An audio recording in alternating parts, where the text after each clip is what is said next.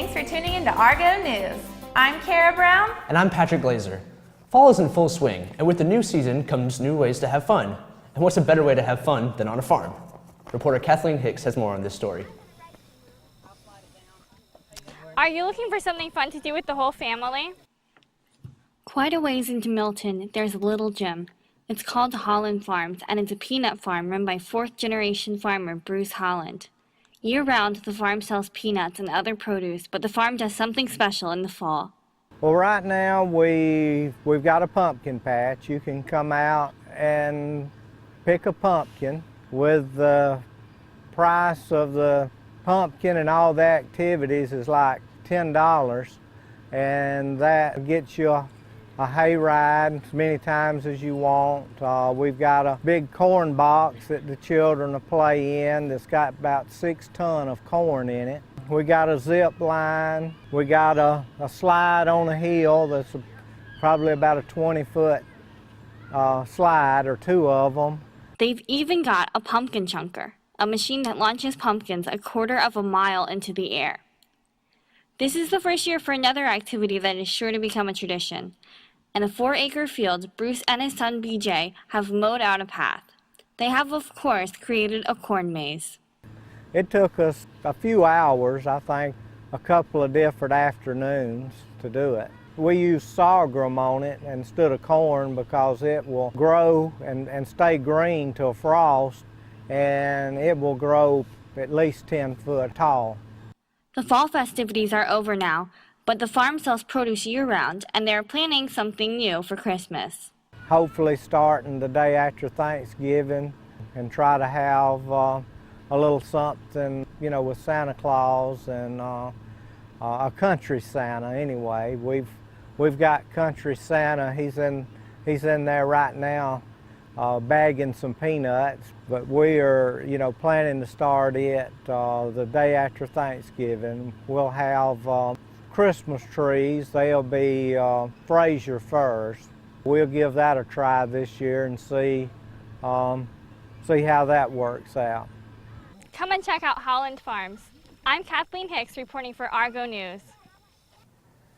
For more information about Holland Farms, call 850-657-6876 or visit them online at hollandfarms.com. In the midst of fall comes an unpleasant time of the year. Flu season is upon us, and this time is here to stay. Reporter Jamie Kennedy has more. Have you gotten your flu shot? Well, the flu shot prevents influenza, which is serious infection for some people and can cause hospitalization and even death. And it's better than getting the disease itself by far. There are very few side effects. It helps prevent disease for those who can't get the vaccine, such as people with immunodeficiencies or cancer. Some people will have some mild side effects like muscle soreness, fever, not feeling well for 1 or 2 days, but the vaccine cannot cause influenza. There aren't a lot of risks associated with the flu vaccine. If you have an egg allergy and you've had a severe reaction, you should discuss whether or not getting the vaccine is right for you, or if you've had a reaction called Guillain-Barré syndrome. Otherwise, there really aren't any risks associated with the shot. The most common symptoms are fever, body aches, runny nose and cough, just generally not feeling well, and a decrease in appetite. In the first 2 days, you could start on Tamiflu, a treatment for influenza, and you need to see your healthcare provider right away for that. After 48 hours, the medication is not effective, so you treat the symptoms, ibuprofen for muscle aches and fever, and try to drink as much fluid as possible.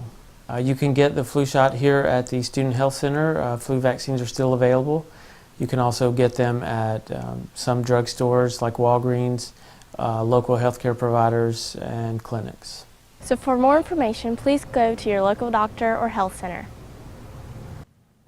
The flu may be here, but with the flu vaccine, you can help fight it off. Also, having a great workout routine and proper exercise will do more than just help fight off illness. Reporter Elizabeth Bortone has more on this story. Long toned muscles and a solid core are actually very easy to obtain. Try the relaxed and well-balanced Pilates core training. Pilates is a series of exercises that can be done on a mat or on specially designed pieces of equipment that were designed by a man named Joseph Pilates. He originally called his system of exercises Contrology, but after his death, we named it Pilates in his honor. It's a series of exercises that strengthens your core, but more importantly, it strengthens and stretches the entire body, creating a balanced mobility within the joints, creating a safe and healthy spine. Well, ironically, Joe did not talk about movement principles. That came about later on after his death, when people wanted to kind of bullet point or categorize his main philosophical points on movement. However, if you were to read his books and dissect his teachings, the movement principles are woven throughout. And basically, they're all about control, which is why he called his system of exercises Contrology. If you're not controlling your body, then it's going to move into its old movement patterns, and you're not going to get the change, the postural change in your body that you're looking for. So ultimately, it's about control. But also, we will add on things like centering. What that means is that all your movements originate from your center or from your core and emanates out from there. So while it's not about the limbs, it's about how strong your arms and legs can be to help you support the healthy trunk or the healthy spine. Go on ahead and give Pilates a try. Your body will surely thank you. I'm Elizabeth Bortone, reporting for Argo News. A good workout is a great way to manage stress and bring balance to your day, especially when dealing with the responsibilities of being the president of an association. Reporter Nick Gray has more. If you've ever ventured up to the second floor of the Commons, you've sure to pass by the UWF SGA office, where officials elected by the student body are making sure that their voice is being heard. The Student Government Association is the student voice. That's how I view it. That's how I've always viewed it. It's not like high school student government. You know, we don't plan homecoming, we don't plan prom. We plan events that impact students enough that they would want to give back. Everything from tailgating events to student discounts, the SGA works together with the university and community leaders to create an engaging experience for every student enrolled at UWF. One of the new things that we brought this year, every student at orientation received this book. It's the Blue and Green Traditions book. And what this is just simple things like touch the cannon before an exam, get a picture with it. If you get 30 out of the 45 traditions, you get a medal. And that medal is something that you can wear to commencement when you graduate. The cool thing about it is we have a page that's create your own tradition. So if you know something that's not in the book, take a picture, do a little description, and the students can add something to the book itself. So it solidifies that students can really choose what they want to do. Nearly 60 UWF students are currently involved with the organization, but Hill says that they're still looking for more student representatives, senators for the different colleges. There's 4 College of Business senators, 22 College of Arts and Sciences, and 11 professional studies. And right now we're still trying to fill, I think we have 6 or 7 seats left open, so we're trying to fill them all up. So we would love the support. For more information about joining the Student Government Association, you can go to uwf.edu/SGA. I'm Nick Gray, reporting for Argo News. With the Student Government Association, every voice matters. But being a leader requires more than just having a voice. Reporter Rafael Reyes has more in this story. Curious to know what it takes to be a leader? Typically, I hold the office hours for the president. I generate some ideas for him. I basically point out what's wrong with some of the pictures. I'm his right hand. I help him do whatever he needs me to do. You know, I'm an all-around, this is what I do. He tells me, I do it. I also get 50 million emails from him, but, you know, we can't complain that much. I'd recommend highly that you have a lot of passion. If you don't have a lot of passion for what you're doing, in all reality, you're just going to fail and you're going to bring your group down with you. So you want to choose something that you have a lot of passion in and you really want to succeed. You truly want it to succeed. If you just don't want it to succeed, or you're just doing it for, you know, just doing it for making it look good on a resume, you just better off not doing it, because you got to put the group first. In all reality, you got to put the group first, and you got to want to do it. So once you do that, I think people will just naturally see that in you, and they'll be drawn to you. And if you draw enough people to you, you'll obviously get in. And it might take a few tries, because I did run for secretary or treasurer the first time, and of course, I was just doing it for fun. I didn't get in, but I ran for vice this time, and I was really passionate about it. I really wanted it.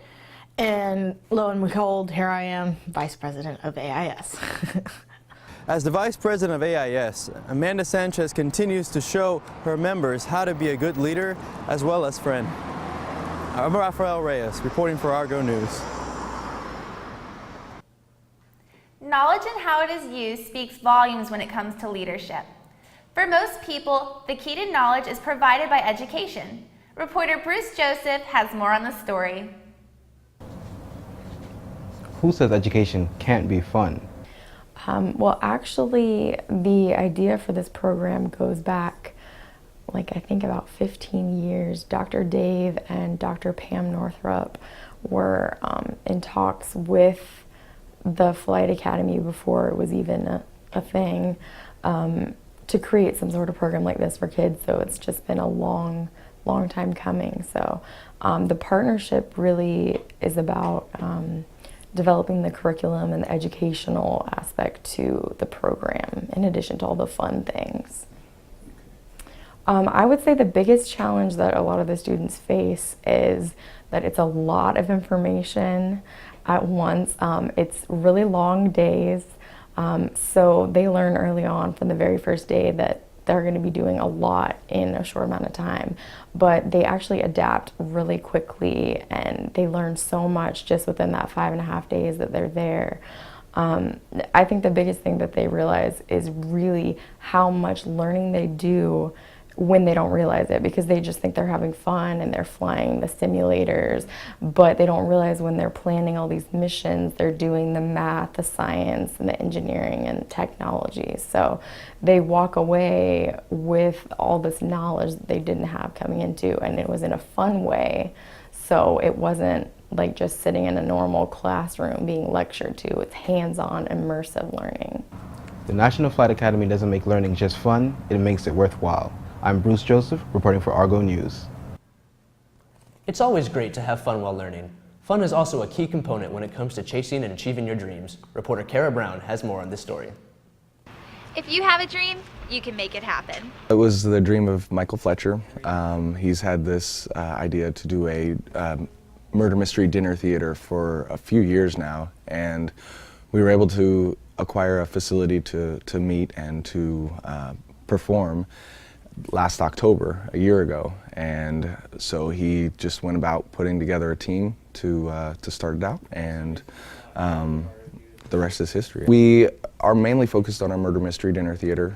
We do several shows. We put them together in about 3 weeks' time to perform at different venues, and then we have just started doing the Nightmare House. That's our other big project that we're going to try to do annually. The way that the dinner theater works is the guests arrive, and depending on the show that we're doing, they're part of the audience. We always incorporate the guests and make them feel like they're part of the show somehow. The tickets are $45 for the Murder Mystery Dinner Theater. They get a 4-course meal and then about 3 hours of entertainment for that.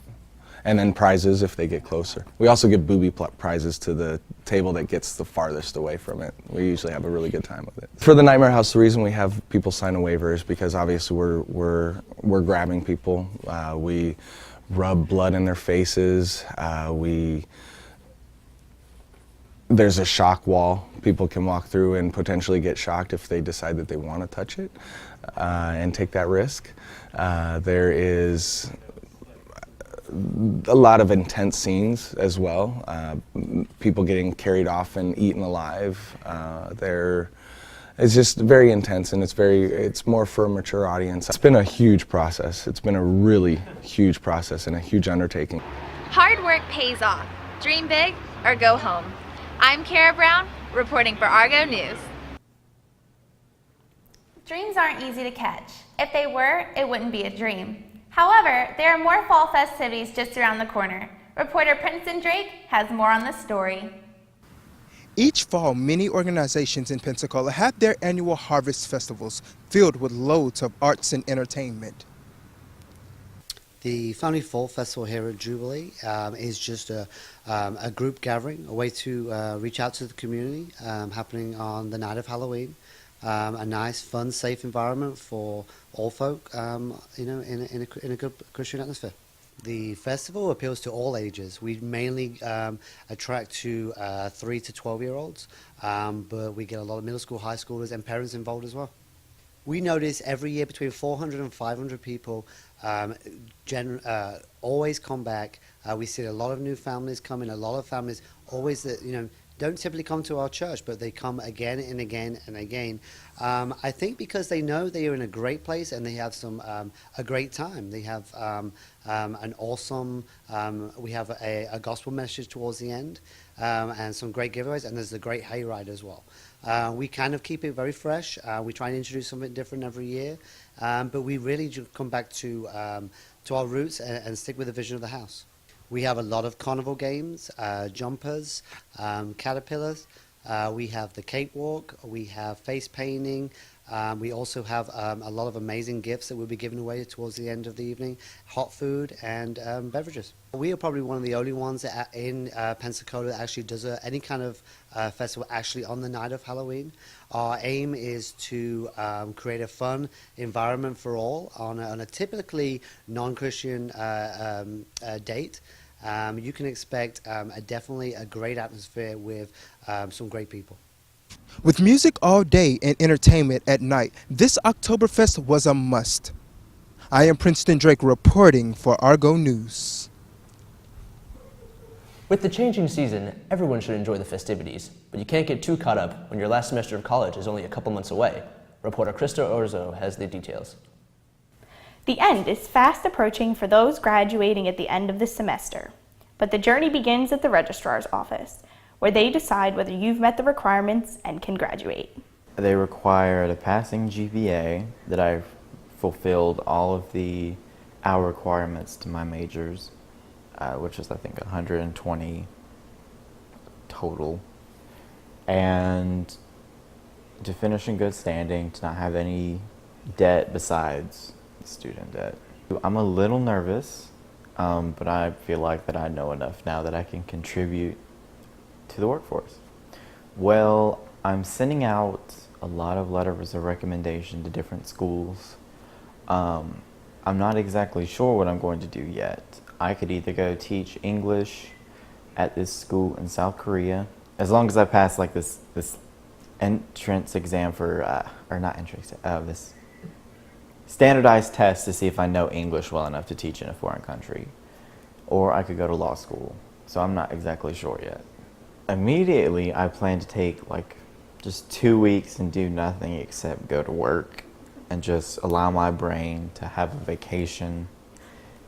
After that, to continue to check up on my applications to other schools, to take that exam if I need to, if I decide I'm going to go that route. I feel I could get a better education at certain schools, or that I get a better experience at certain schools.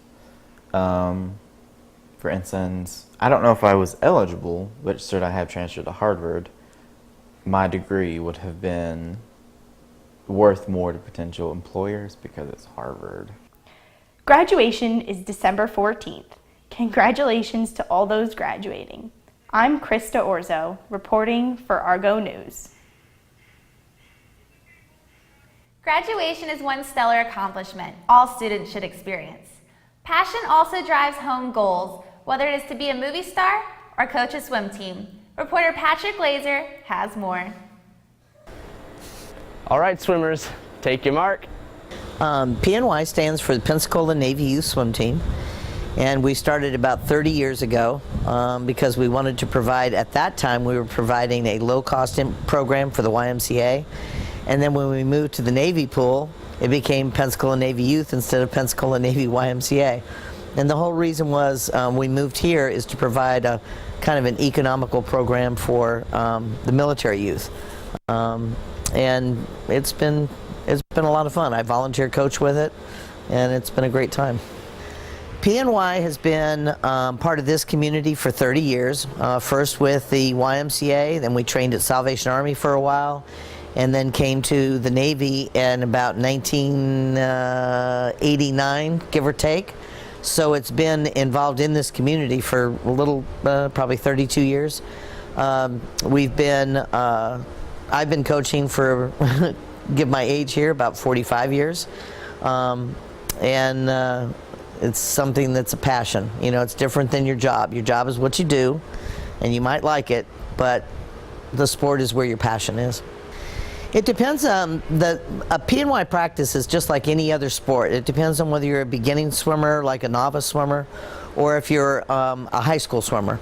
So a novice swimmer, for instance, might swim anywhere from 500 to 1,000 yards. Sometimes a challenge even when we're talking about active duty, and we're talking about kids that are 6 and 7. So it's challenging for them, but it's something that they like to do. Interested parents can check out pnyswimteam.org or call 554-0625. I'm Patrick Glazer, reporting for Argo News. Giving back to the community can be done in more ways than one. No one understands this more than veterans. Reporter Emily Hales has more on the details. The fall is full of holidays, but none as honorable as this one. We're having our observancy this year on November 7th, which is the Thursday before, because it is a federal holiday, and a lot of folks like to make it a 4-day weekend. And we want everyone at UWF to be able to take the opportunity to observe Veterans Day, because it is an opportunity to thank all of our military and veterans for all the wars that's been served, in particular our living military and veterans as opposed to Memorial Day.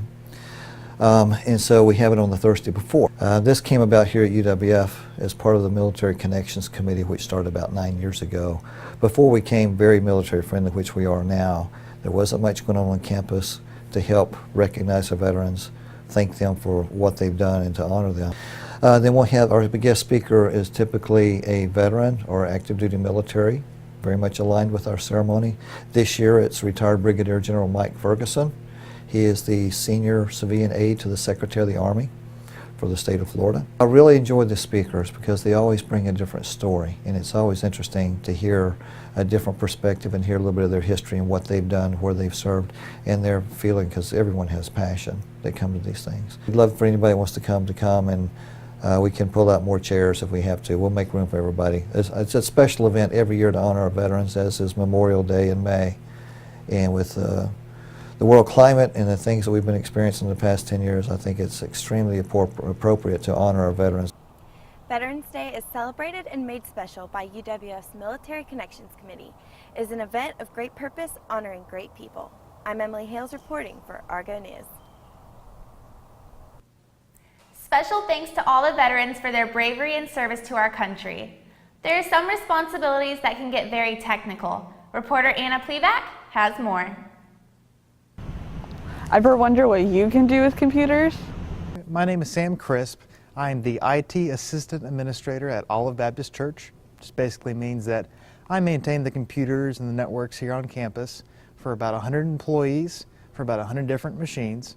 And we do everything from laptops, desktops, iPhones, you name it. I've been in my current position as an IT Assistant Administrator for about 2.5 years now. I've enjoyed every minute of it. We've gone from anywhere from just simply going around and being help desk support, answering phone calls, to really going to the desks and helping people learn different programs, and all the way to helping prioritize different purchases and stuff over the past couple of years. So my normal day will usually include answering phone calls from people calling in, going to meetings that are for the whole support staff, or possibly answering emails or any sort of questions like that, as far as maybe some issues that they're having with their email system or Microsoft Word or Excel, or maybe how to better integrate what they're doing with their ministries with the technology that we provide them on a weekly basis. I wanted to be in the IT industry because A, God gave me great talent for it. I haven't really had an ambition or a goal for anything else but to help others with their IT needs, with working with computers and technology, and helping people utilize them to the best advantage that they can. And so my position here fits really well with that, in that I get to help people every day, whether it's through a phone call or email or just stopping by saying, hey, I have a question about this on my iPhone, you know, just trying to help people use the best of their technology so that they can get their goals done in their ministry. Being the IT guy seems like quite the interesting position. I'm Anna Plevac reporting for Argo News. The IT business isn't technical for no reason. That's our show today. I'm Patrick Glazer. And I'm Kara Brown. Tune in next week, and thank you for watching Argo News.